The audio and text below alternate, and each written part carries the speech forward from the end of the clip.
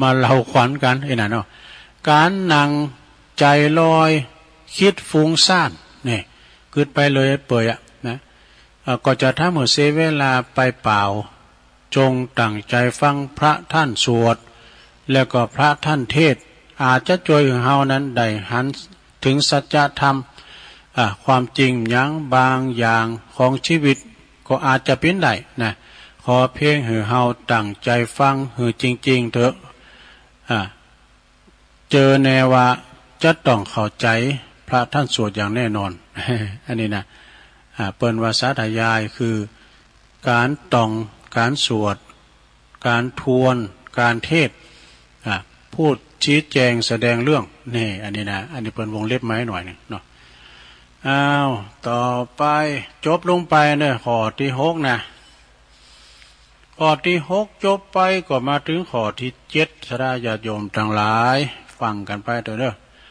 อานิสงส์ข้อที่7แปลว่าได้ทำจิตให้เป็นบุญกุศลนี่การไปงานศพเลยนะธรรมชาติของจิตนี่นะทำมีหน้าที่คิดทุกเรืองทั้งเรื่องดีทั้งเรื่องชั่วนะทั้งที่เป็นกุศลและก็เป็นบาปอกุศลจิตคิดได้ตลอดเวลาถ้าหากว่าจิตของบุคคลนั้นได้รับการฝึกหัดขัดเกลาจนชนิดที่เรียกว่ามีสติอยู่ตลอดเวลานะก็จะมีผลให้จิตคิดแต่เรื่องดีๆได้นะการที่มีงานบุญงานศพก็ดีนะจิตของเขาก็จะได้สงบลงโดยอัตโนมัติเนอะสิ่งแวดล้อมหรือเหตุการณ์เป็นตัวเช่นบังคับเป็นตัวช่วยบังคับจิตใจของเขาสงบลงได้นะ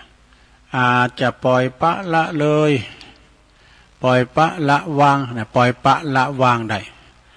ความเครียดแค้นอาฆาตพยาบาทจองเวรต่างๆนี่นะจองกรรมจองเวรกับภัยก็อาจจะลุดไปลดแล้วก็หมดกลายเป็นคนที่หูจักอภัยได้นะพอเกิด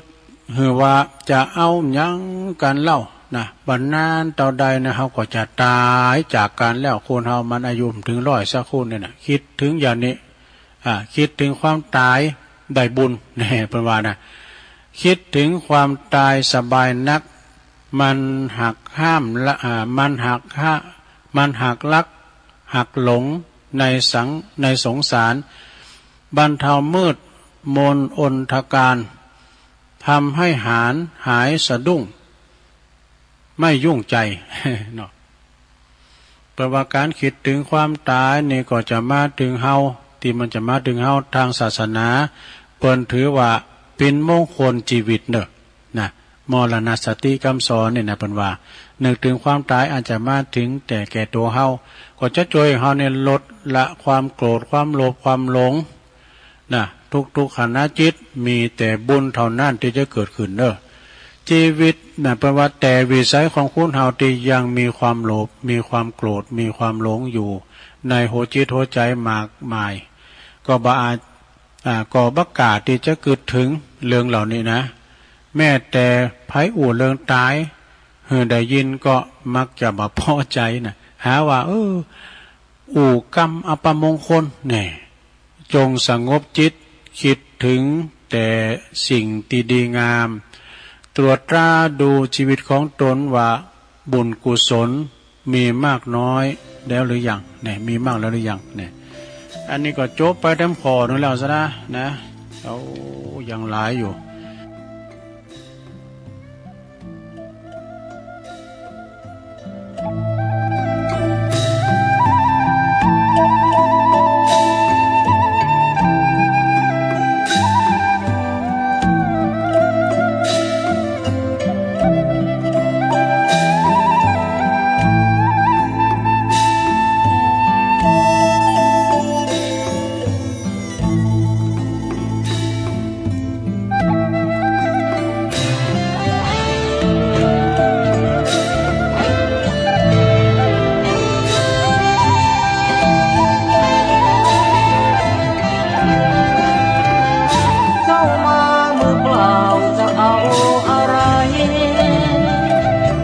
อตอนเจ้าไป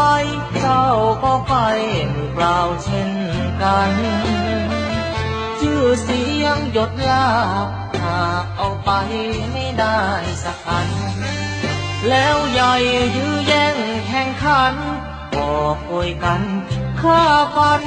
ตัดรอนเงินทองตามส่งแค่โรงพยาบาลญาติมิตรวงวานลูกหลานส่งแค่เชิงตะกอนจะมีใครเล่าอยู่กับเรานอนเฝ้ากองฟอนวางดอกไม้จันทร์แล้วจรกลับไปนอนบ้านใครบ้านมันใหญ่ขับฟ้า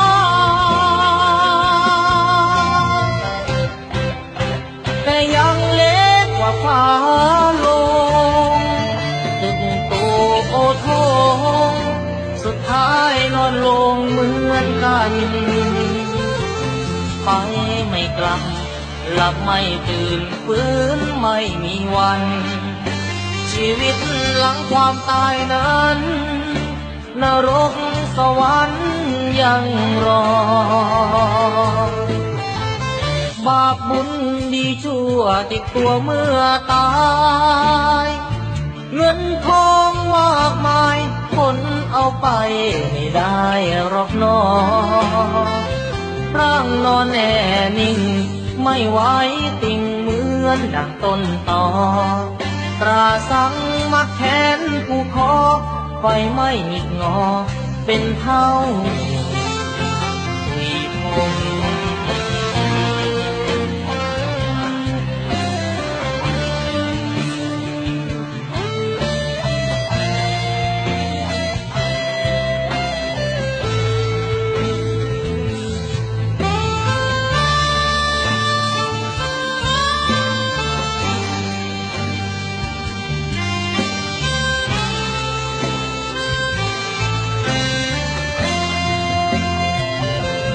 ใหญ่ขับฟ้า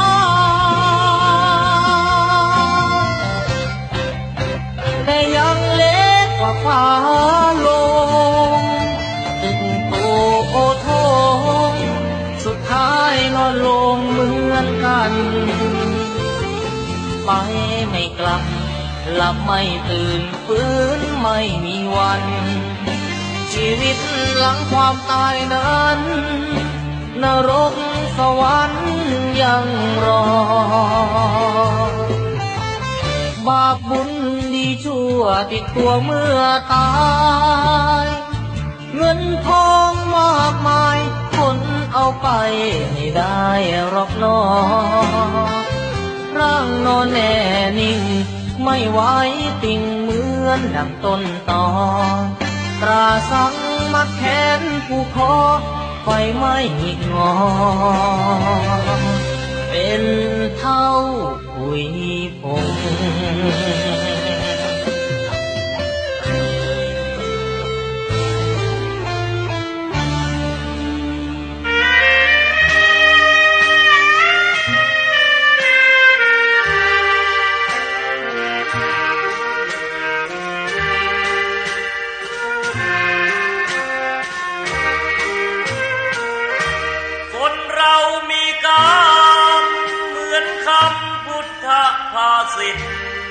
ว่าเกิดมาใช้นี้ชีวิต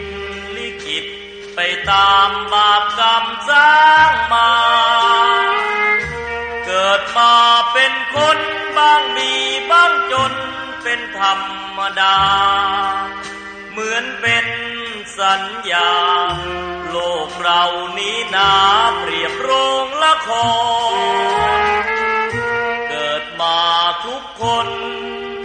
ไม่พ้นที่เชิงตะกอน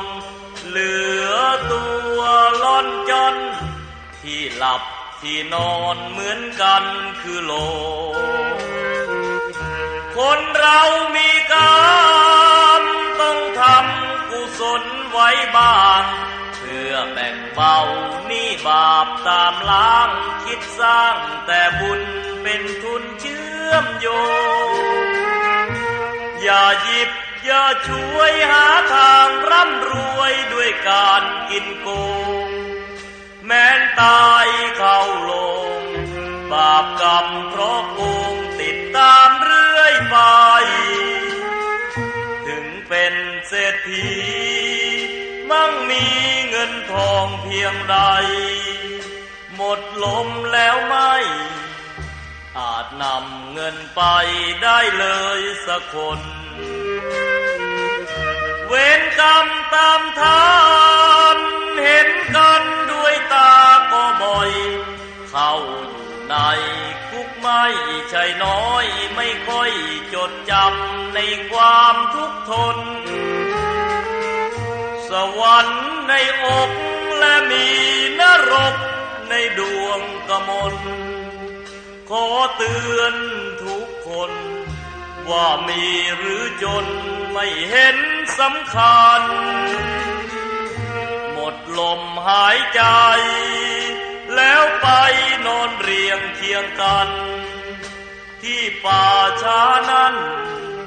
ไม่พ้นมือฉันพวกสับเปลือ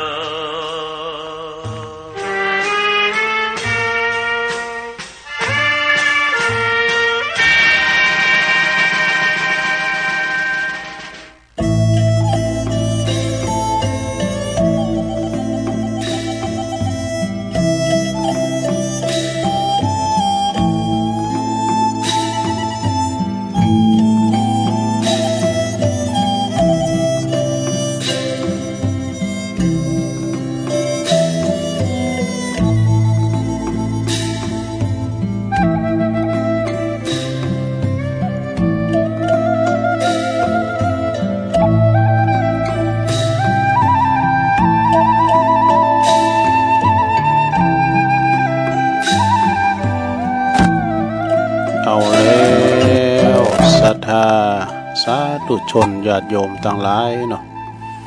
ตุลุงก็พักเบรกหรือว่าพักครึ่งนะนั่งมึนลำไปก็เจ็บหลังเจ็บแอว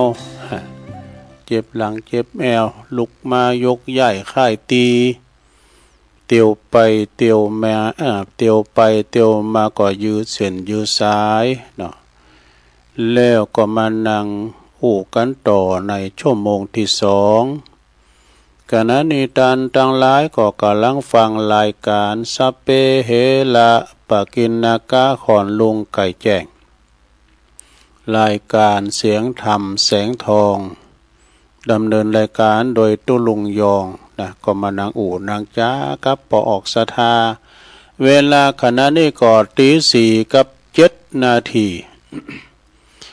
4:07แล้วเน้อศรัทธาญาติโยมบางพองก็ลุกตื่นขึ้นมาแล้วนะและบางพองเปิ้นก็ยังรับไหลอยู่ก็ยังเจ้าเนาะวันนี้มันรับโมนเพราะว่าฝนอ่อยหน่อยนะฝนตกสิเน้อตกอันนี้มันฝนขี้ข้านไปว่าฝนตกขี้ข้านดุงฮอดุงเฮินนะเนาะกันยการกลางแจ้งก็จะไปตากฝนได้บ่นะตากแดดตากฝนเยการได้ห่มก็ยังแควนหน่อยเนาะฉะนั้นวันนี้ศรัทธาญาติโยมแจ้งว.8หน่อยเนาะวันพุธนี่ก็ทรงเจ้าเวลาตี 3มื้อนะเวลาพุธก็ได้รับฉันทานุญาตจากท่านพระครูอภิวัฒนาวิกรมวัดตุลุงเขารายการทำกล้ามหนึ่งวันพุธวันปุดเนาะวันปุดนี่ก็ได้เต้นท่านพระครูสังฆลักษณ์ธนอาจเพิ่นว่าเพิ่นไปอินเดียบุญนะเพิ่นไปดินแดนพุทธภูมิไปแสวงบุญปุ่นเนาะ แล้วก็พวกใน2ภาคก่อนนะภาคเจ้าแล้วก็ภาคบ่าย3ด้วยพวก2เวลาจะไปกายเสียงกันตัวเนาะก็ขออนุญาตเนาะแฮปปี้เบิร์ธเดย์ย้อนหลังอวยพรในเมตตาบารมีธรรมท่านเจ้าอธิการพิเชษฐ์สิริพัทโทตุพิเศษในเป็นตุน้องนะเปิ้นก็กำลังอายุอานามเปิ้นยังถึง60เด้อเปิ้นก็เจริญอายุมาเด้อ57 37วรรษา เปิ้นพิ้นเจ้าคณะตำบุญนำดิบเด้อเจ้าอาวาสวัดดงนิมิตรนำดิบน้อยปดโตอายุเปิ้นครบรอบเปิ้นก็แจกทุนการศึกษาของหือแม่บ้านของไอ้นะก็ต้องขออำนวยโอโจกให้ตุปีมีสุขภาพพลานามัยสมบูรณ์แข็งแรงเด้อพิธีเคารพนับถือของบรรดาศรัทธาญาติโยมลูกศิษย์ลูกหากันต่อไปแล้วก็ขอให้เจริญในธรรมเด้อนะเจริญในธรรมศรัทธาญาติโยมเนาะ แล้วทำงานหนึ่งอันนี้ก็ขอแสดงความอาลัยเนาะแสดงความอาลัยในการจากไปในเมตตาบารมีธรรมตุอุ้ยก็ว่าได้นะท่านพระอธิการเฉลิมทิตธรรมโมนะอดีตนั้นเป็นปิ้นเจ้าอาวาสวัดเหล่าดูตำบลหนองโยงอำเภอเวียงหนองล่องนะเปิ้นได้ถึงแก่มรณภาพลงไปในวันที่17ว่านี่กันเนาะพฤศจิกายน68ในเวลา0819ก็เวลา8 โมงนี่นะอันนี้ก็อ่านไปตามเฟซที่เปิ้นส่งมาตามไลน์ก็แสดงความอาลัยโดยตัวลุงเลิมเนาะเอาง่ายๆก่อนนี่ตัวลุงก็เก้ยก็เปิ้นจะดีเปิ้นโบสถ์ในเมื่ออันตอนนั้นนี่ลุงนานสุกเนาะเปิ้นปิ้นอดีตเปิ้นปิ้นเจ้าอาวาสน่ะเนาะพระครูปริยัติคุณอันนี้ก็เปิ้นปิ้นเจ้าคณะตำบลโดยแล้วก็เพิ่นก็มาบวชตอนนั้นนะตุลุงเลิมนะสมัยตอนที่ตุลุงสุกเปิ้นปิ้นตุโลครับท่านมหาทองสุขตุลุงเลิมนี่เปิ้นคักเปิ้นหมั่นศรัทธาเปิ้นปิ้นนักการพันโรงเก่าประวัติของเปิ้นน่ะเปิ้นปิ้นนักการพันโรงเก่าเปิ้นคักเปิ้นหมั่นกวาดทรายใดหญ้าถึงวันนะซึ่งก็เดี๋ยวนี้เปิ้นละสังขารไปโดยวัยเปิ้น90ปลายเพิ่นศรัทธา90ปลายเปิ้นอายุหมั่นยืนยาวก็เปิ้นก็มีตุเจ้าหลายตุนอยู่ตุปี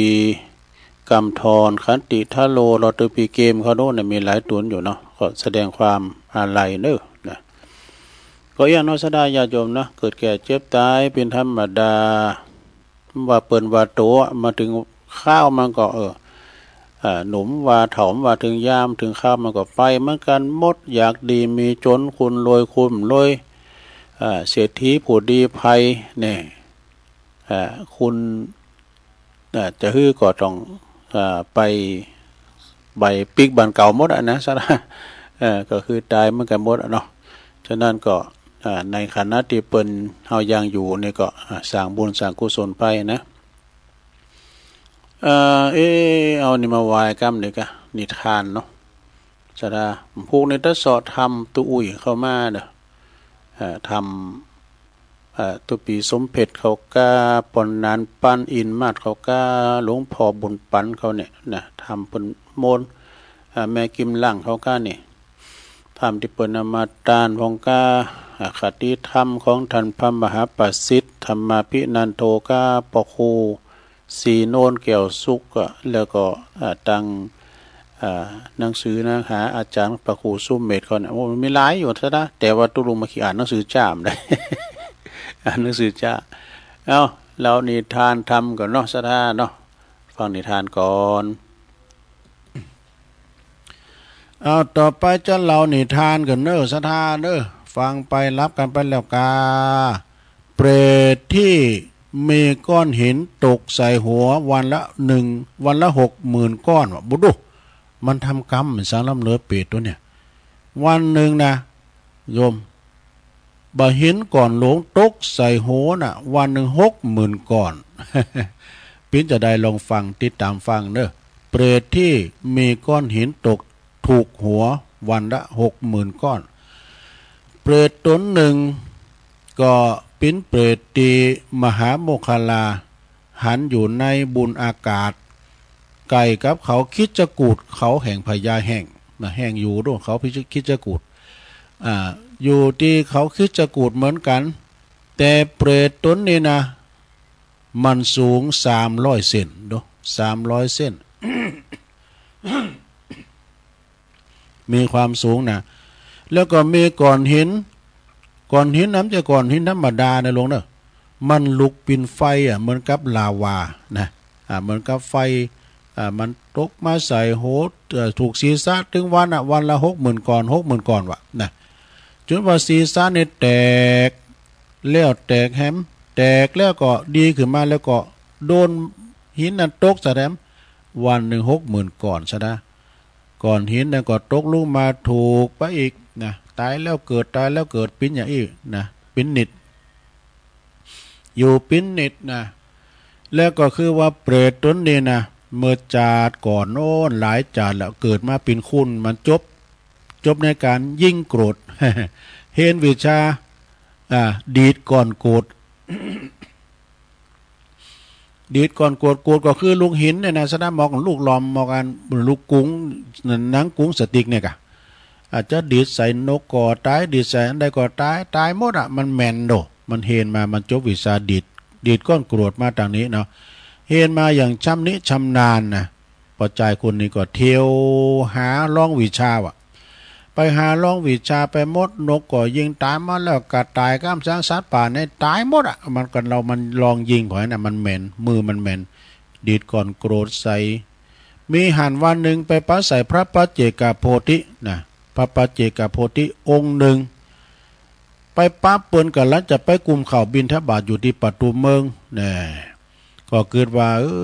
ตัวเจ้าองค์นี้เป็นตัวเจ้าธรรมดาอย่างเนี้ยนะเป็นตัวเจ้าธรรมดามีปอมีแม่มีโยธาบรรดาศักดิ์เป็นตัวน้อยธรรมดาวะนะหาหู้ไม่ว่าเปิ้นเป็นพระปัจเจกะกันนะโพธิเปิ้นหู้ทำสำเร็จทำเบิ่งสูงมาแล้วนะถึงอย่างไรก็ตามเด้อเขาจะร้องวิชากับตัวเจ้าตัวนี้เหรอนะมันถึงมีโตดเพราะว่ามันมีปอมีแม่จะเลี้ยงปอเลี้ยงแม่วะนะมันก่อนเนี่ยว่าตัวเจ้านี่เปิ้นเลี้ยงปอเลี้ยงแม่เป็นเรียกว่าเป็นผู้ที่จะเสียปอแม่นี่เปิ้นนับถือกันนี่กะเปิ้นว่าเป็นยกย่องว่าเปิ้นสรรเสริญเยินยอกันจึงได้ดีดก่อนโกรธว่าใส่เข้าตรงเข้าที่ช่องหูข้างขวาของพระปัจเจกโพธิจุนทะลุไปหาทรงข้างซ้ายโดทะลุขวายิงข้างขวาทะลุหูซ้ายเลยนะพระปัจเจกโพธิองค์นั้นก็ได้รับความทุกขเวทนานะก็บ่อาจจะไปบิณฑบาตเข้าได้เนาะเปิ้นก็ท่าเจ้าบ้านก็ท่าใส่บาตรนะเปิ้นก็เลยเหาะนะโอ้วิชาเหาะเนี่ยเหาะกลับไปตีบรรณศาลาไปอยู่ที่พระบรรณศาลาแล้วก็ได้ถึงแก่มรณภาพไปวะดูนะเมื่อว่าคุณต่างหลายถ้าใส่เข่ากุมเข่าพระปัจเจกะยิ่งมาเดือบาหารพระปัจเจกะเข้ามาปีนที่บาทเปิ้นก็เลยสงสัยก็ปากันนะผมสบายก็ไปใจพอร้อยนะไปที่พระบรรณศาลานะจึงปากันติดตามไปดูที่บรรณศาลาพอไปหันพระปัจเจกโพธินอนปรินิพพานอยู่เนาะคือเปิ้นเสียตายไปแล้วนะพอปากันร้องไห้เสียอกเสียใจนะเจ้าบ้านเจ้าจองนะแล้วก็บุรุษที่ยิงนะที่ทดลองนะที่เป็นก่อเหตุที่เปิ้นได้มรณภาพก็ไปตัวว่า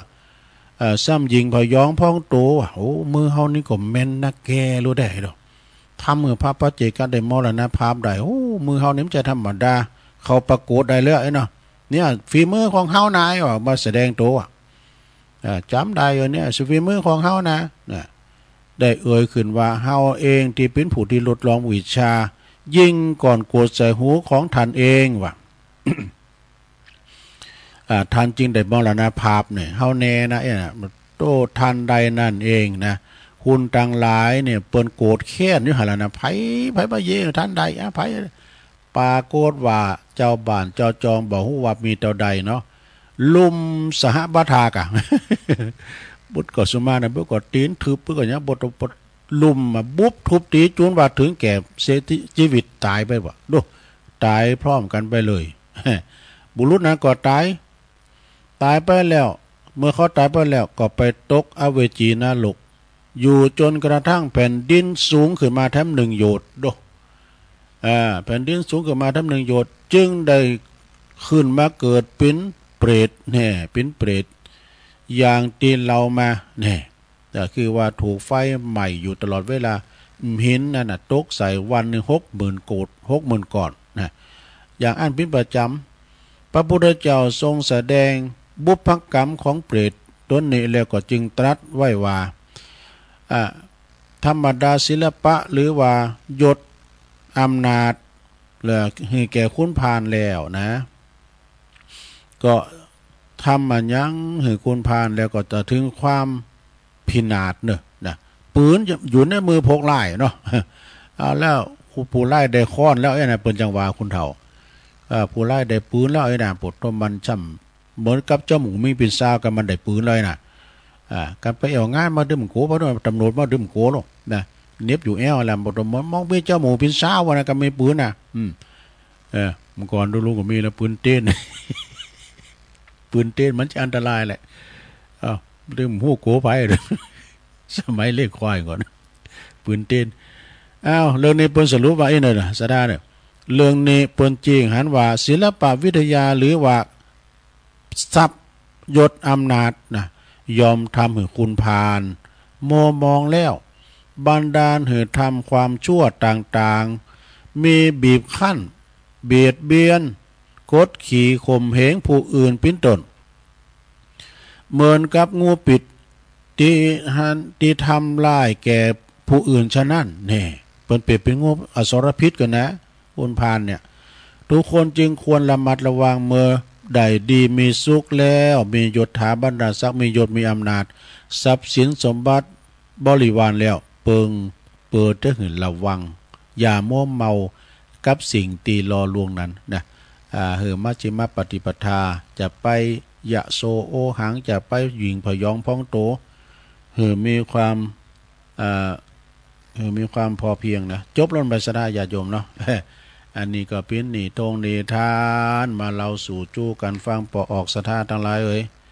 ฟังไปยังมีทำอยู่นะเนาะเวลาตุลุงเลยมีเปลอะนะเอาทำเลิงสดาเนาะตุลุงก็อันนี้กะหมายความว่าลูกเจ้านี่ก็เบื่ออย่างนี้นะการเราไปผมว่าซื้อนั่นมาขี่ลืมเขาต้องเราเดี๋ยวนั้นมันจะมือห่อนเนี่ยนะเราก็เหนื่อยยามือเหอออกเนี่ยถ้าอู่ยังอู่มาอู่กันยามือเหอออกเนี่ยเรื่องนี้เรื่องอย่างเนี่ยความไม่เที่ยงเนี่ยความไม่เที่ยงนี่ก็คือว่าอนิจจังมันเตียงแต่เนออายุสังขารของคุณเฮานี่นะน่ะเปิ้นดังว่าคือว่ากันน่ะอนิจจังทุกขังอนัตตาไตรลักษณะคือสิ่งที่แน่นอนนะอนันุโสจิยะชาดกนี่นะความไม่เที่ยงปิ้นจะใดก็ลองฟังพอเนอณเชตวันวิหารมีกระตุมพีคือกระตุมปีกเนาะก่อนวันในธรรมมหาวิบากกระตุมปีกมีกระตุมพีผู้หนึ่งเนอะเอาแต่โศกเศร้าเงามองดีมีภรรยาคนหนึ่งแล้วก็ตายจากไปทำหือจะทำมันยังก็เพิ่นว่าอันทำยังเพราะพระพุทธเจ้าเพิ่นตรัสเรื่องชาดกเรื่องนี้นะเปิดสอนหรือหูจักการปล่อยวางนะความตายเนี่ยมันเป็นอนิจจังเป็นธรรมดาคือในอดีตนะพระตถาคตของเขาในเสวยพระชาติในตระกูลพราหมณ์เนอะผู้มั่งคั่งแล้วก็ขั้นว่าเจริญวัยใหญ่นากาบ้านขึ้นมาปรารถนาตีว่าจะออกโบสถ์เนี่ยจะออกโบสถ์ผู้ที่ปิ้นปอปิ้นแม่ปิ้นมารดาปิ้นปอปิ้นแม่ก็ต้องการให้ลูกเนี่ยสืบทรัพย์สมบัติต่อไปจึงหาสตรีที่มีหน้าตางดงามชื่อว่านางสัมมิละหาสินีเนี่ยอันนี้ชื่อเป็นยาวหน่อยนะนางสัมมิละหาสินีมาแต่งงานเป็นภรรยาเนี่ยมาเป็นภรรยาเปิดจะหือล่มเลิกความตั้งใจที่จะออกโบสถ์เนอะแต่นางสั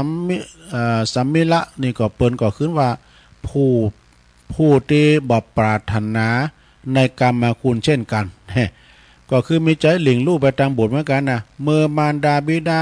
ของมานพพรามสินอายุไปเนี่ยปอแม่เปิ้นตายไปเนาะ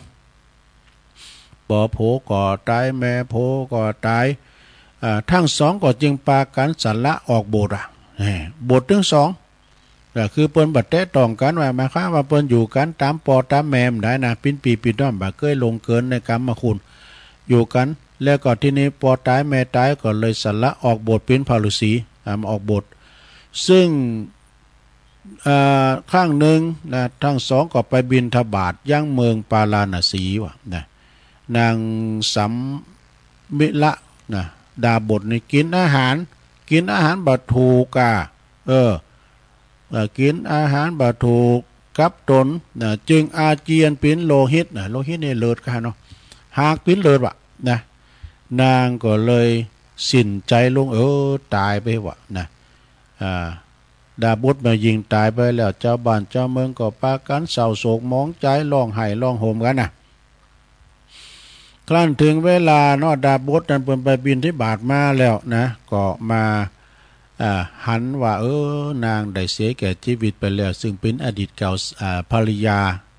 แล้วก็ไม่ได้แตะต้องเนื้อกันแล้วก็เปิ้นก็มาบวชเหมือนกันแล้วก็ดาบทปอใจนั่นนี่บ่าโศกเศร้าเหงามองยังสักว่าอย่างวะนะยังว่ากลับมาแล้วบริโภคกินเข้าไปมั่มเหมือนความรู้สึกอันโศกเศร้าเหงามองอย่างตามปกติว่ะทำมือเจ้าบ้านไปติเตีนเบิ่งกะต่างนาดาบทจึงกล่าวว่าเนาะ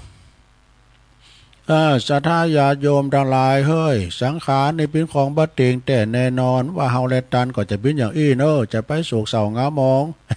มันก็เปิ้นเตนถึงฟังนะยอมจะเกิดดับเป็นเนี่ยเป็นธรรมดานะจติจัลลาภายาติมรณะการเกิดแก่เจ็บตายมันเป็นธรรมดาคุณรวยคุณตุกเมื่อถึงข้าวก็ตายเหมือนกันหมดไผบ่อยู่ก้ามฟ้าเนอะสัทธาญาโยมทั้งหลายเนอะนี่นะไผจะรอดขาไปได้ เปิดเตนถึงฟังนะอันนี้จังทุกขังอนัตตาในความเตงนะความไม่เที่ยงนี่เนาะเพิ่นก็สอนศรัทธาหมดน่ะฉะนั้นเฮาจึงบ่มีความโศกเศร้าเหงามองกับเรื่องที่เกิดขึ้นเป็นมันบ่มีประโยชน์อันหยังการที่ว่าเฮาเปิ้นตายก็ดีปอตายแม่ตายก็ดีเฮาไปร้องไห้นะซ้ำจะบ่ปินดีกับอันคุณที่ตายไปมันจะไปปินน้ำมาเกิดไปเกิงเปิ้นแน่เปิ้นว่านะอาจจะปินน้ำไปเกิดไปเกิงเปิ้นเปิ้นว่าจะไปให้จะไปพันก่อนนี่คุณก่อนเปิ้น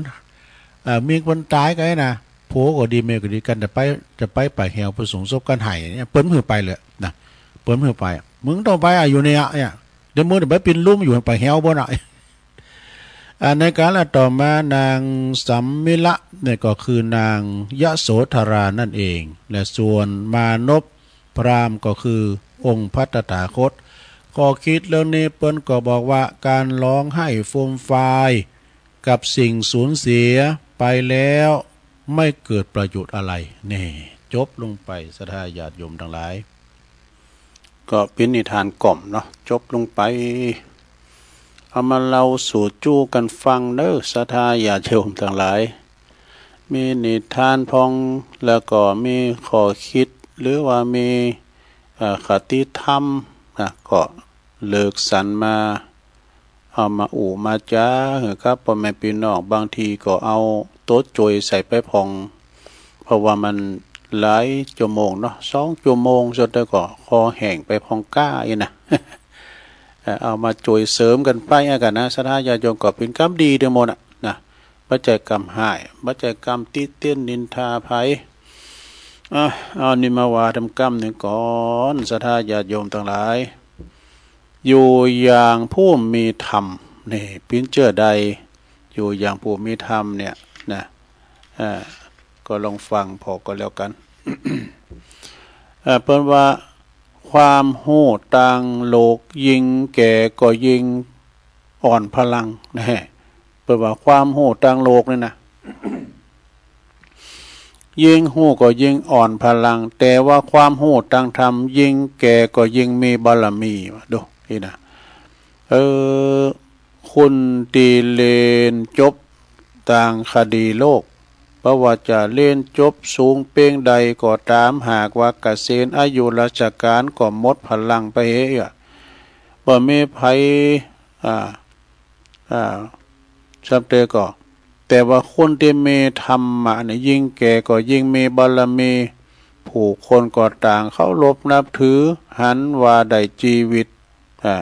หันได้จากชีวิตพระสงฆ์ที่เปิ้นยิ่งแก่ยิ่งขังไงเนาะยิ่งแก่ยิ่งขังยิ่งแก่มีพรรษายิ่งแก่มีพรรษางานยิ่งหนักเลยนะยิ่งแก่ก็ยิ่งเข้าใจนะศรัทธาว่าเนาะก็เฮาจะหันได้ว่าพระมหาเถระเนาะ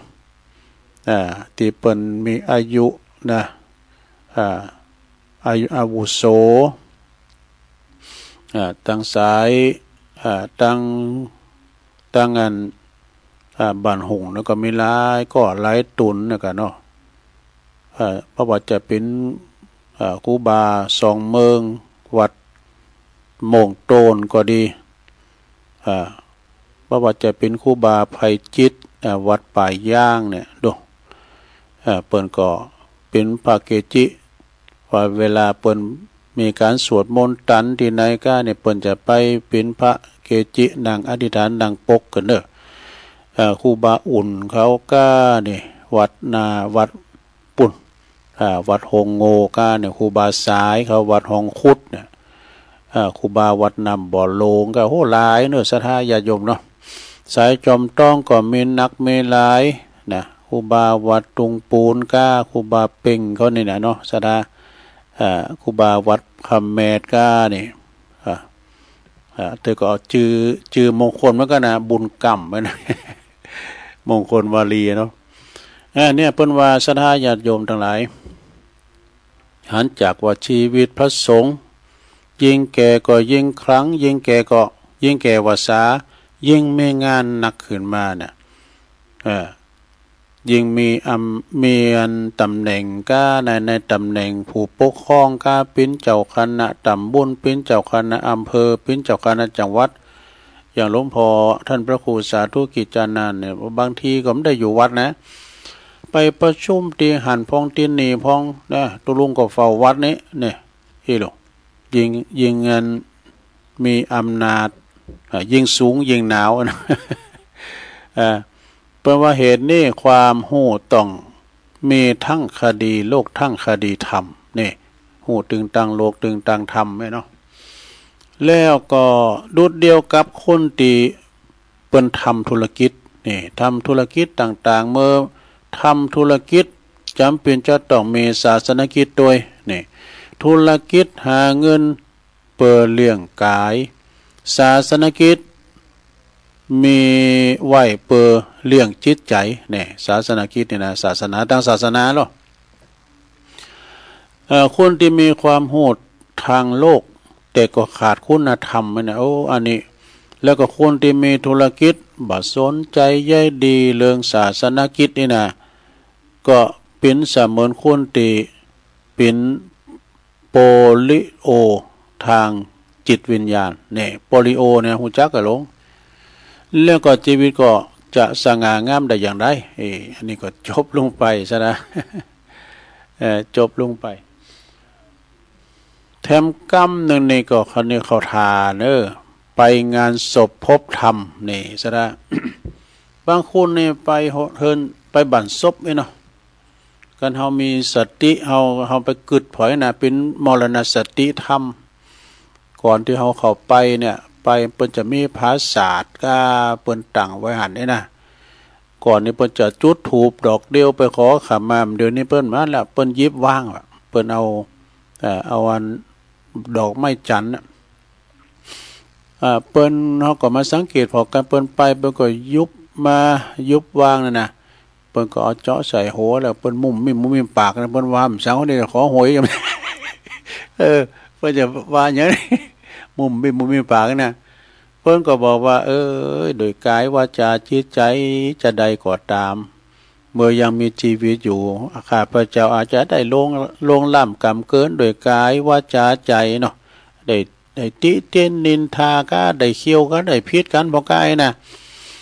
ได้ยกที่ต่ำได้ย่ำที่สูงก็ดีก็ขอขมาเป็นอโหสิกรรมกันไปเนอะจะไปถือเป็นบาปเป็นกรรมเนอะไปขออภัยกันด้วยขอสุมากันนี่นะขอสุมากันแล้วเป็นยิบวางดอกสะทามอมพ้องก็ลำเปิงว่าวันนี้เป็นคิวของท่านแต่คิวของข้าพเจ้าในหมดใดหมดทุกคนต่างรอคิวนะสะทาญาโยมนี่เอาไปลำเปิงนี่กันเนาะหันความอนิจจังบางคนก็ร้องไห้ร้องห่มกันเปิ้นปิ้นเปิ้นตายกันเอาไปหันในคลิปในไลน์อย่างนี้ก็ตามเด้อเนาะเปิ้นไห้เปิ้นหุยไห้ฮอนวันตุกกันก็เหมือนกับฤาษีเจ้าละเปิ้นไห้ฤาษีนั่นน่ะเปิ้นหันว่าอันแม่นางฤาษีก็ให้เปิ้นบทด้วยกันน่ะก่อนเปิ้นตายแล้วเจ้าบ้านเจ้าจองก็มา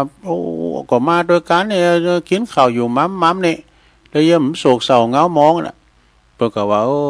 ศรัทธาน่ะ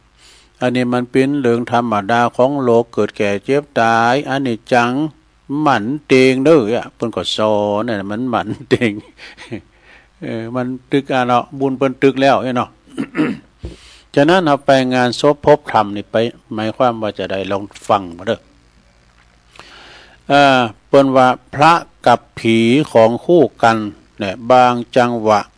ผู้รู้สึกจะทีบางจังหวะนี่รู้สึกจะที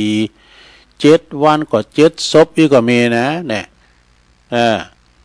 จนว่ามีคุณเซลว่าดาราหน้ากล้องอีดอกเปิ้นเพกหรือว่าเปิ้นเซลตัวเจ้านะถึงเจ้าถึงซ้ายถึงบ่ายถึงคำเป็นสวดกันเนี่ยนะอันเนี้ยสถานะเปิ้นบางทีนะที่บ้านทีติติ๋มบุญนะบ้านน้องบ้านนาที่มันมู้หลายปีหลายแรงเอาเติง แล้วก็ดีที่เขาบ่อุวะดาราหน้าผีนี่นะอย่างนี้บ่ค่อยดีเท่าไหร่นี่ไปงานศพพบธรรมตีไหนมีโลภมีโกรธมีหลงนั่นแหละคือยอมมีความคัดแย้งขุ่นเคืองกันนี่บ่ว่าจะสังคมผู้ดีภัยพระและโยมพระหรือโยมเนี่ยตราบใดที่ยังมีกิเลสความโลภความโกรธความหลงยอมหนีบ่พ้นปัญหานี่ยกเว้นสังคมพระอริยะนี่เป็นสูงขึ้นไปใช่ไหมเนี่ยยกเว้นสังคมพระอริยะสิ้นลมจึงมดเลิงเนี่ยพระอริยะนะสิ้นลมจึงมดเลิง เหตุนี้เป็นว่าเฮนธรรมคนนำมาใจเปอมีลมหายใจอย่าโลภโกรธหลงนักเลยเนี่ยจะไปโลภไปโกรธไปหลงนักเลยทุกสิ่งทุกอย่างที่ได้มาสิ้นลมแล้วก็ไร้ค่าเอาตัวไปไม่ได้สักอย่างมีเงิน100 ล้านพันล้านก็เอาไปทำได้นะ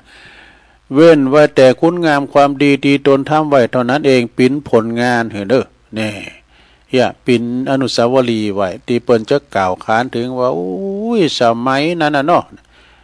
สมัยคุณนั้นน่ะคุณลุงนั้นน่ะปอนั้นน่ะอย่างนะเปิ้นจะว่ามีสมัยนะฮู้ทำต้องฮู้นำมาใจได้ทำต้องนำไปปรุงนี่ไปปรุงน่ะตราบใดที่ผู้คนยังมีกิเลสสังคมโลกก็ย่อมจะมีความขัดแย้งกันวุ่นวายตราบนั้นเด้อปรุงซะดอกแปลว่าปรุงซะอย่าสงสัยณทีใดมีความโลภความโกรธความหลงณทีนั้นย่อมมีความขัดแย้งกันล่ำไปสำคัญว่าเฮาอย่าไปเป็นคุณเริ่มต้นก่อความขัดแย้งใดๆจบซะละนี่ก็ไปทั้งแบบเนาะ แถมบทหนึ่งเป็นว่าเชื่อใดนี่มีแถมบทหนึ่งอยู่นั่นซะละหนังสือของท่านพระครูเด้อนี่นะสิริปริยัตติยานุศาสตร์นี่นะเป็นท่านพระมหาดวงจันทร์นะเปิ้นเป็นด็อกเตอร์กันเลยนะเปิ้นมอบหมายเหอะถ้าเป็นหนังสือปอบดีเอาทำบทหนึ่งเปิ้นว่าเจอใดใจนั้นสำคัญชั้นไหนนะใจสำคัญอย่างใดของพุทธก็ใจก็ตึกกะก้าเนาะแต่ใจย้ำเต่าโหนะ ใจนี่เปิ้นเปลี่ยนหัวใจได้อยู่นะ หัวใจปลอมไว้เนาะหัวใจเปิ้นใส่หัวใจเปิ้นเปลี่ยนหัวใจก็ได้นะแต่เปลี่ยนโหนี่ก็มันเปลี่ยนบ่ได้ โหเขานี่มันงามเลยได้เห็นน่ะว่าแดดเอาโหนั้นมาใส่นะมันแปลงบ่ได้ใจนั้นสำคัญนักหนาต่อต้นต่อแห่งทุจริต ต้นต่อแห่งทุจริตแล้วก็สุจริต3ประการคือกายวาจาแล้วก็ใจเปิ่นว่าทุจริตทางกายอย่างพอว่าทุจริตทางวาจาก็บ่เท่าไรแต่ว่าทุจริตทางใจนั้นสำคัญนักหนานี่พระบรมศาสดาเปิ้นตรัสไว้ว่าใจปิ้นใหญ่ใจปิ้นโหน่ะใจนำปาไปทั้งร้ายและดีนี่ใจนี่สำคัญนักแลถ้าใจสุจริตบ่คิดชั่วกายก็บ่ทำลายวาจาก็ไม่พูดเลวร้ายเรื่องทุจริตแค่คิดก็ผิดแล้วนี่จบลงไปซะนะนี่ก็เข้าทาเหมือนกันเนาะซะเนาะอันนี้ก็เข้าทาเหมือนกันวันผูกตุลุงก็ วันผูกตุลุงก็เสาะมาแถมนะวันนี้ก็คงจะสมควรเหมาะอีกกรรมหนึ่งฮะเนาะเดี๋ยวตุลุงจะได้ประกาศนิดหน่อยนะเดี๋ยวก็ประกาศอันนี้ก่อนนอกสถาญาติโยมทั้งหลายคืองานเปิ้นจะมีการบทบรรพชาอุปสมบทนะที่วัดทรายมูลนะสถาเด้อเปิ้นเลื่อนเวลาไปถึงวันที่25บ่เด้อวันที่25พุ่นนะก็คือว่าศรัทธาญาติโยมท่านผู้ใดนะฮะตั้งแต่20ปีขึ้นไปมีพยาธิอัมพาตใดๆสติสัมปชัญญะดีนะอยากจะสู่ทางธรรมนะสู่ร่มผ้ากาสาวพัสนะคือว่าจะโบสถ์นะเปิ้นให้โอกาสจะดีนะโบสถ์ฟรีนะศรัทธาญาติโยมโบสถ์ฟรีนะแล้วก็เปิ้นมีเงินขายโดยจะโบสถ์3วัน7วันหรือว่าจะโบสถ์ตลอดไปก็ว่ากันนะบางคนก่อนเขาจะโบสถ์แต่ละเดือนนี่แสนอยากเนาะศรัทธาเนาะอยากแต่ก่อนนี่โบสถ์เป็นเน้นโบสถ์เป็นตุเจ้าสมัยก่อนสมัยลุงนานเข้าก่อนนี่เปิ้นไปสอบสิขากันเนาะถ้าสอบผ่านก็ไม่ได้โบสถ์นะบางคนนี่เฮนปิ้นขยมเฮนสูตรจบหมดอ่ะนะแล้วบุญบ่ถึงผ่าเลิงบ่ได้โบสถ์สักกรรมก็มีนะบางพองนี่เปิ้นสูตรสวดมนต์นี่ได้นักเลยเฮาก็เพราะว่าเปิ้นปิ้นขยมเก่าขยมหาดไม่ใช่หาดแหละเปิ้นผ่านการสอบสิขาอีกนะฉะนั้นญาติโยมโดยทางวัดทรายมูลตำบลแมกาอำเภอสันปัดตองจังหวัดเชียงใหม่ก็เปิ้นได้จัดโครงการบรรพชาอุปสมบทขึ้นปี2568นี้กำหนดโบสถ์ในวันจันทร์ที่1เดือนธันวาคมเด้อศรัทธาเด้อเปิ้นรับสมัครคนประจายอายุตั้งแต่20ปีขึ้นไปตีมีสุขภาพสมบูรณ์แข็งแรงรับสมัครไปถึงวันที่25พุ่นเด้อ25พฤศจิกายน2568รับสมัครจำนวนจำกัดนะโบสถ์ฟรีนะศรัทธาโบสถ์ฟรีไผติดต่อไผมีความสนใจหน่อยศรัทธาติดต่อสอบถามแล้วก็สมัครได้ดีท่านพระครูสังวรศรีลาภิรักษ์เจ้าอาวาสวัดไซมูลนะเปิ้นเป็นเจ้าของโครงการเปิ้นโบสถ์กุปีแล้วมีเก่าตุนกันนะก็เบอร์โทรศัพท์ของเปิ้นนะจดไว้เด้อ081 289 8992นี่ ติดต่อสอบถามได้081 289 8992นะหลักฐานที่จะเอาไปนั่นก็มี1สำเนาบัตรประชาชนบัตรประจำตัวนะ2สำเนาทะเบียนบ้าน3ใบรับรองแพทย์ นี่3อย่างเลยซะละ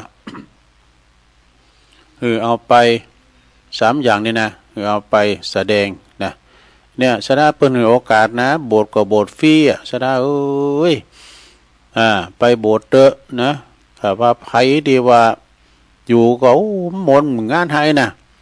เป็นพยาธิพยามมาโบสถ์มันดึงหายนะซะละ ไผดีว่าอกหักรักลอยคอยงานขี่ข้านกาขี่ข้านมา ขี่ข้านนี่เมาแหละอกอันนี้ว่าเป็นกำลิ่นมาแล้วอกหักรักลอยคอยงานการงานมีทำเนี่ยรองานมาก่อนในโบสถ์ด้วยก่อนนี่นะ มันจะขี่ข้านแล้วไปมันจะแนวโตโหนบดีก็เอาไว้วัดมาบ่าใจนะที่ข้านนี่ไปอยู่วัดได้บ่าเนี่ยพอเดือดถือลูกกับเต่าตุลุงทองมาคือที่ข้านเนี่ยเหลือก็ไปอยู่วัดได้บ่าเนี่ยเยอะอย่างตัวเจ้านี่เป็นโหนน่ะพักคุณขี่ข้านเดี๋ยวนี้เป็นเจ้ามันจะสบายหน่อยซะนะมันจะสบายสักคำเหลือแหละโตการงานก็มีหนักตุลุงถึงวันนี้ไม่ใช่ได้ย่างนะเยอะไปหาตาลปัจจัยก็ใส่น้ำดอกโหดน้ำใยบ้างอันนี้ทำกำเลยบัตรใบโมใบดิกานิมนต์ก็คือว่าท่านพระครูนั่นแหละท่านพระครูวัดไซมูลนะพระครูสังวรศิลาภิลักษ์นี่เปิ้นก็จะได้ทำบุญเจริญอายุวัฒนมงคลนะเปิ้นจะได้เจริญอายุวัฒนมงคลจะทำบุญสืบชะตาหลงในวันที่หนึ่งนะกะสถาวันโบสถ์นั่นนะวันเป็กตุนะก็เวลา10 โมงเช้าเก่าเนอะสถาญาติโยมพระจะไปโลมกันเนี่ยไปแสดงมุทิตาจิตก็ดีไปสืบชะตาไปผูกขอไม้ขอมือไปรวมงานบุญโบสถ์ไปงานได้2 งานน่ะถึงโบสถ์ถึงงานทำบุญอายุตัวนะไปจะไปหับสังก็ดีไปจะไปแสดงมุทิตาจิตยังก็ดีนะก็เชิญกันได้ สำหรับงานอื่นๆนั้นตุลุงก็จะไปประกาศปุ่นวันพัดงานตุลุงปุ่นเนาะมีงานเขากำก็งานอย่างต่างๆนี่นะเพราะว่าอันนี้มันเล็งโดนมาได้หรอกเอาไปงานไปประกาศงานวันตุลุงปุ่นเนาะวันพัดศุกร์เสาร์เต็มพุกก็มาอยู่พุกที่3แล้วก็บ่าย3 โมงได้รับฉันทานุญาตจากท่านพระครูอภิวัฒนวิกรม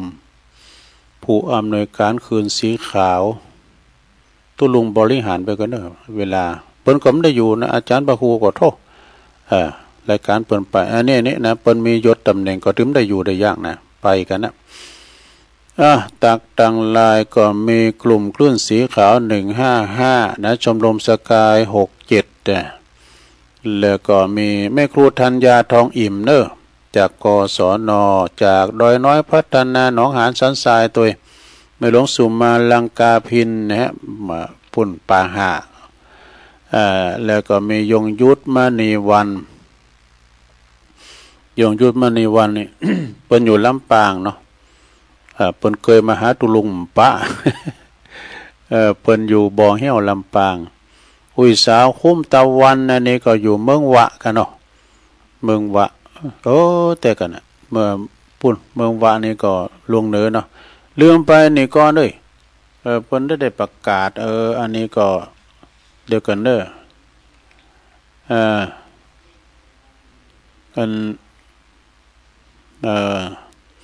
วันที่29เนาะสถาญาติโยมเนาะ29 พฤศจิกา เดือนเนี่ยนะปลายเดือนเนี่ยเพิ่นจะมีการตอดผ้าป่าสามัคคีเปิดสมทบในการซื้อของครุภัณฑ์โรงพยาบาลบ้านโฮ่งนะเวลาบ่าย3 โมงเด้อวันที่29นะเพิ่นจะเพิ่นจะมีการตอดผ้าป่าเปิดสมทบทุนในการซื้อของครุภัณฑ์ตังโฮงยานะโรงพยาบาลอำเภอบ้านโฮ่งเวลา 15 นาฬิกานะคือบ่าย3 โมงเนาะก่อนในเมตตาธรรมพระอาจารย์พระอธิการสมคิดปัญญาวชิโลนะวัดดอยหลังถ้ำนะแล้วก็เปิ้นจะต่อที่วัดดอยหลังถ้ำเนาะในเมตตาธรรมนี่เปิ้นก็ได้กราบอาราธนาครูบาอินทรมาเป็นประธานด้วยนะครูบาอินทรละปูนเนี่ยนะมาเป็นประธานก็รายละเอียดนี่เปิ้นย่ำสูงมาอันนี้ก่อนสูงมาตั้งลายก็ได้เนอะ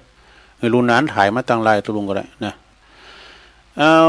ต่อไปก็นิกรชัยน้อยฟังอยู่เนอปิ้นกำลังใจครับอันนี้เปิ้นก็ออฟโรดเปิ้นจะไปปุ่นไปเนี่ยก็น้องเกือบไปก็บ้านเกือบ เพื่อจะไปแจกข้าวแจกของตามปกตินะอาจารย์ท่านครูบาสมคิดแล้วพร้อมถึงตั้งญาติโยมเนาะบุญส่งจากลำปางไวสานะครับเด้อ เขาตาสิงห์นะท่านพระอาจารย์อานนท์จากปุณณเนอร์กรุงเทพก็ฮะเนี่ยก่อนนี่เปิ้นก็อยู่ตั้งเฮาเนี่ยนะท่านพระอาจารย์อานนท์เปิ้นบวชที่สันกำแพงไปอยู่พระบาทไปอยู่ฮิรัญญารามและที่สวดมนต์เก่งเด้อเปิ้นเป็นไทยเด้อเขียนค้อนเก่งตัวหนังสืองามเลยเปิ้นจะฟังตุลุงอยู่เนาะแล้วก็มีโยมกนกพิชัยนาจากห้วยงูในนะเมืองฝางปริญญาเอกวัดลาดมหาท่านพระมหาประสิทธิ์ธรรมาภินันโทปุ่นปัจจุวัดจังกำเนอไวสานะครับเนอปลงสุมเมธนะปลงสุมเมธในแก่เก่าโลปุ่นอยู่สันกำแพงปุ่นนะปุ่นอยู่สันกำแพงฝุ่นตกเหมือนกันนะแต่ปุ่นเกาะนี่นะปุ่นว่านะแล้วก็แม่แดงอัมพรโดยพุทธนิมิตแล้วก็มีแม่สิรินทิพย์บุญเลิศฟังจากกรุงเทพจบสถาอานิตักต่างลายก็จบลงไป ต่อไปก็จะเปลี่ยนบรรยากาศเนี่ยมาตักมาเปิดสายหนาใหม่สถาอยู่ตั้งใดจะแจ้งผลการหับฟังก้านี่ก็โทรมาที่เบอร์0899556506นี่ลองโทรกันมาเนอะสตาฟูนตกสิอยู่เนิ่มเดนะทีเม็ดมาดิเนี่ยพอหน่อยเขาได้ไปกุมเข่าใกล้ๆ ฉะนั้นก็ศรัทธาญาโยมทั้งหลายวันนี้ก็เป็นวันฝุ่นด้วยกันนี่นะตุลุงก็จะไม่ได้อยู่นะเพราะว่า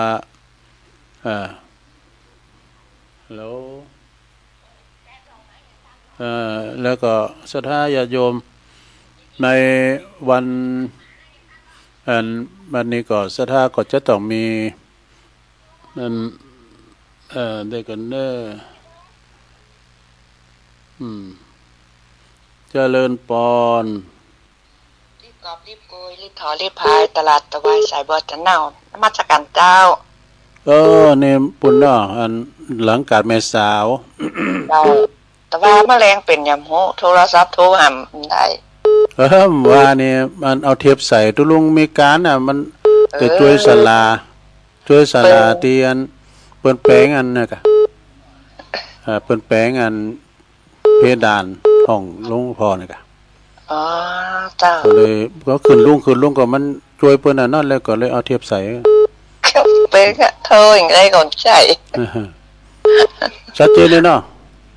ดีเนอร์สาธุ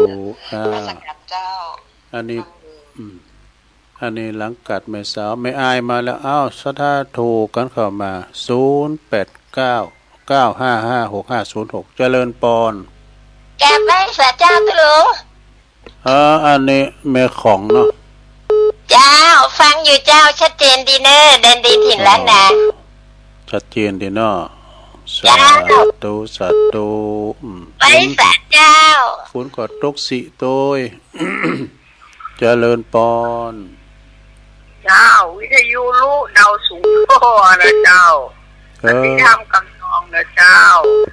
พระเจ้าอุจาเลงมาตายแล้วมันบอกขัดแก้วนี้ตายบอกพ้นกำเว้นมาตันมันตามซ้ำสุนจักลกดันดุนจังใดเจ้ากำยองวรกรรมนะกำวัดตักไว้ในเจ้าภาษาไทยแปลว่าหยุดได้แล้วในเจ้าไว้ซะเจ้าเจริญปอนดันดุนจังใดเจ้าเจริญปอนอันนี้เป็นโทรเข้ามากัน0899556506เจริญปอนไม่ทราบเจ้าตุลุงอันนี้ตุนพึงเนาะเจ้า ที่ตุลุงว่าครูบาอินทร์เปิ่นมาเป็นประธานนั้นวันที่หยังน่ะเจ้าวันที่เสาร์เก่าเดินไปเดินน่ะกะมันจะปิ้นตอนเจ้าก็ว่าตอนได้มั้ยเนาะก็น่ะรายละเอียดนี่ก่อนบ่จะส่งไล่มาคำเจ้าจะฟังนี่เนาะตุลุงขาดไปหมื่นได้ตุลุงเด้ฮะวันนั้นที่ตุลุงนั่นน่ะเจ้าโทรไปว่าอันชายมันเฮาโอนพูดทั้งตุลุงวิทยุอันโทรศัพท์ของตุลุงวันนั้นน่ะน่าจะมันคัดคนเนาะวันนั้นน่ะวันนี้ชัดเจนเนาะเจ้าชัดเจนนี่คือกำลังใจเนาะตุลุงเด้อไหวนะเจ้า0899555656เจริญปอนพระเจ้าตุลุงไม่ไปฟังเด่นๆที่นั้นนะชัดเจนเจ้าเสมิงเนาะเจ้าชัดเจนนี่บ่ชัดเจนเจ้าจ้าสาธุฝนก็ได้ตกกันหลายตีเนาะเจริญปอนเจ้ากลับมาสาเจ้าตุลุงอันนี้ไม่ทำนอนเนอะไม่ทำนอนเจ็ดสอนเจ้าโอ้ลำปางเนาะเจ้าฝนกระตกขึ้นหงมาอย่างต่ำเดียวนี่ตอนนี้ก็ตกอยู่ซีเนี่ยกะเจ้าตกหนักนะพี่นักอะไรนะเจ้าตอนนี้มันตกเพราะอะไรก็เดินเลยไม่ถี่มาที่ลำเดินนะเจ้าดีเลย